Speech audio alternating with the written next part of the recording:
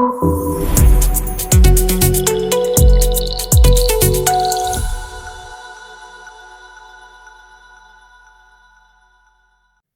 मैं आप लोगों से बड़ा सिंपल और बड़ा सीधा सा सवाल पूछना चाहूंगा। अगर आपके घर में किसी को मेटास्टेटिक ब्रेन ट्यूमर की तशखीस हो जाए, अल्लाह ना करे, और आप 2-3 महीने गलत जगह पे इलाज कराते रहें, तो क्या बाद में आपका पेशेंट इलाज से सही हो सकता है?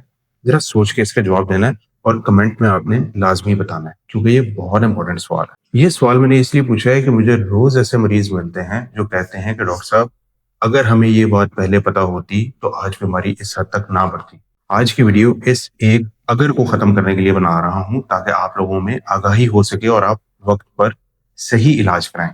किसी भी बिल्डिंग की सबसे अहम चीज उसकी बुनियाद होती है। अगर बुनियाद ही गलत टल जाए तो फिर उस पर बिल्डिंग सही खड़ी नहीं होती। इसलिए ब्रेन मेटास्टेसिस के इलाज के बारे में समझने के लिए सबसे जरूरी बात यह है कि हम समझें कि ब्रेन मेटास्टेसिस होती क्या है, कैसे होती है, ताकि आपको बीमारी की समझ हो और आप आगे उसके लिए इलाज प्लान कर सकें। ब्रेन मेटास्टेसिस का मतलब ये हरगिज नहीं है कि कैंसर दिमाग से शुरू हुआ है। इसका मतलब ये है कि कैंसर जिस्म के किसी और हिस्से से शुरू हुआ है, जैसे फेफड़ा, छाती या आंत से कैंसर शुरू हुआ है और वो दिमाग तक पहुंचा है। इस तरह के कैंसर में ब्रेन एक सोर्स नहीं होता, बल्कि एक इंतहाई अहम और इंतहाई सेंसिटिव टारगेट होता है। और यहीं पर सबसे बड़ी गलती होती है। लोग ये समझते हैं कि कैंसर कहीं और है, पहले उसका इलाज करा लें, ब्रेन का इलाज बाद में देखते रहेंगे। हालांकि ब्रेन की इन्वॉल्वमेंट सेकेंडरी नहीं होती, ब्रेन की इन्वॉल्वमेंट क्रिटिकल होती है, और यहीं से आपके इलाज की डायरेक्शन बदलती है और पेशेंट की आउटकम। नेचुरली अब अगला सवाल ये आता है कि डॉक्टर साहब, ब्रेन तक कैंसर पहुंचता कैसे है? क्योंकि जब तक आपको मैकेनिज्म की समझ नहीं आएगी, आप इलाज पे बात नहीं कर सकेंगे और उसकी अर्जेंसी, उसकी अहमियत आप लोग परसीव नहीं कर सकेंगे। अब हम बात करते हैं ब्रेन मेटास्टेसिस के पीछे साइंटिफिक रीजन की। ब्रेन का ब्लड फ्लो बहुत ज्यादा है और कैंसर के कुछ कुलिये ब्लड के जरिए ट्रेवल करते हैं। यही कुलिये जो होते हैं ये आपके ब्रेन में मुख्तलिफ जगहों पर सेटल होते हैं। जिन कैंसर्स का डिपॉजिट ब्रेन के अंदर होता है उनमें छाती का कैंसर और फेफड़ों का कैंसर बहुत कॉमन है। इसलिए मैं हमेशा कहता हूँ, मेटास्टैटिक ब्रेन कैंसर में मसला पेशेंट का प्राइमरी ट्यूमर नहीं होता। मसला और सबसे महंगी गलती होती है कि आपने ब्रेन के सिम्टम्स को इग्नोर किया है, अपने इलाज को डिले किया है। अब बात करते हैं उन साइन एंड सिम्टम्स की जो हमारी बॉडी इब्तदाई स्टेज में ब्रेन मेटास्टेसिस के केस में हमें देती है, लेकिन हम लोग अक्सर उसे इग्नोर कर देते हैं और समझते हैं कि ये कोई सीरियस मामला नहीं है। ब्रेन मेटास्टेसिस के सिम्टम्स रैंडम नहीं होते।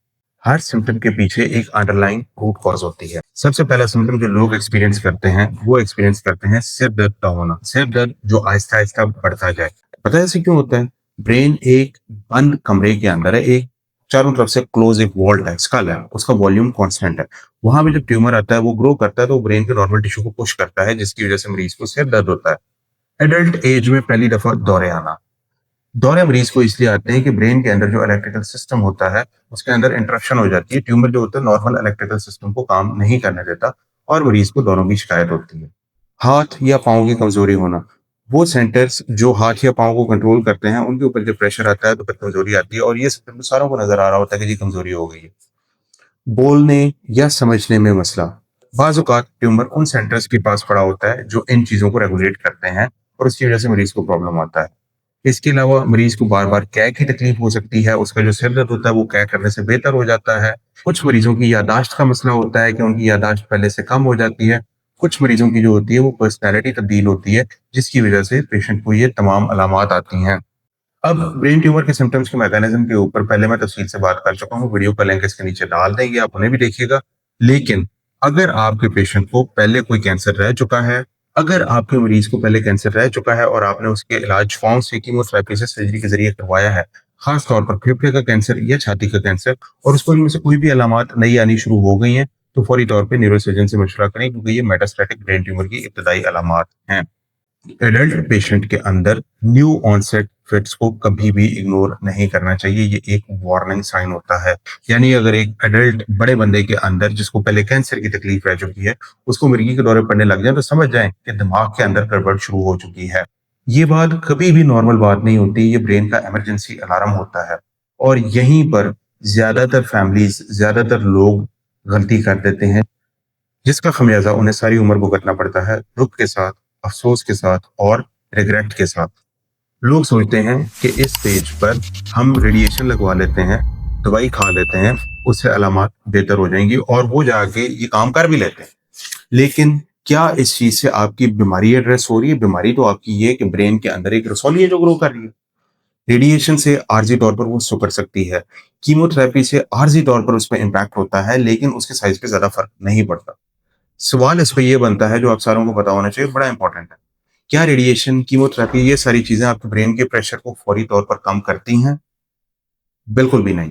वो अपना टाइम लेती हैं और आपके मरीज के पास टाइम नहीं होता। रेडिएशन और कीमोथेरेपी से ब्रेन ट्यूमर श्रिंक होता है, लेकिन जो ब्रेन के ऊपर प्रेशर होता है ना, वो कम नहीं होता। उसका कोई असर नहीं होता और ब्रेन डैमेज जो असल में हो रही होती है, वो ट्यूमर की वजह से कम हो रही होती है और जो प्रेशर सिम्पटम्स आ रहे होते हैं, उनकी वजह से ब्रेन डैमेज ज़्यादा हो रहा होता है। इसलिए इस स्टेज पर एक और इम्पॉर्टेंट डॉक्टर की एंट्री होती है, लेकिन लोग उससे मशवरा करते हुए घबराते हैं, वो है न्यूरोसर्जन।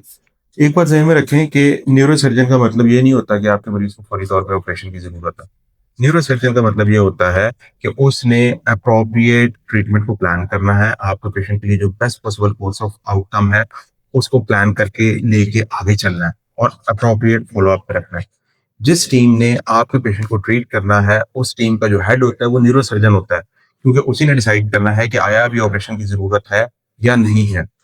न्यूरोसर्जन से जब आप मशवरा करते हैं तो उस वक्त आप ऑपरेशन प्लान नहीं कर रहे होते, उस वक्त आप एक ट्रीटमेंट स्ट्रेटेजी को डिवाइस कर रहे होते हैं, जिसका मकसद होता है कि ब्रेन के प्रेशर को कम करना, बीमारी को आगे बढ़ने से रोकना और best possible course of action लेना जो मरीज के आउटकम को इंश्योर करे कि वो अपनी लाइफ में वापस आ सके।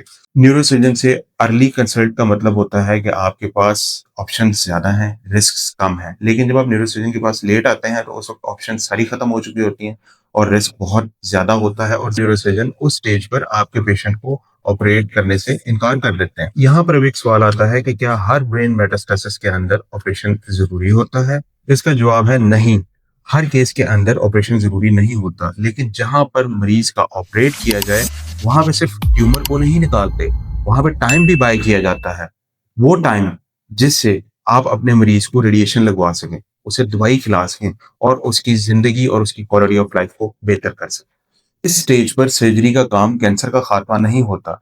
सर्जरी का काम होता है जो एक केओस चल रहा होता है, जो पेशेंट की लाइफ के अंदर एक तूफान आया होता है, उसको कंट्रोल करना और पेशेंट को फंक्शनैलिटी की तरफ वापस लेके आना, ताकि वो अपनी लाइफ में अपने अमूर को सुधार सके।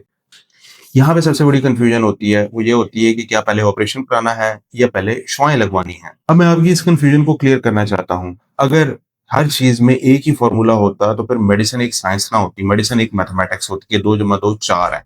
हर पेशेंट के अंदर ट्यूमर अलग होता है, जगह अलग होती है, उसका नेचर अलग होता है, उसका साइज अलग होता है। इसीलिए ट्रीटमेंट हमेशा इंडिविजुअलाइज करनी पड़ती है, ट्रीटमेंट को हमेशा पेशेंट टू पेशेंट टेलर करना पड़ता है ताकि बेस्ट पॉसिबल रिजल्ट्स मिल सकें। बात करते हैं एक इंतहाई अनकंफर्टेबल लेकिन इंतहाई जरूरी रियलिटी की, जो लोगों को पता होनी चाहिए।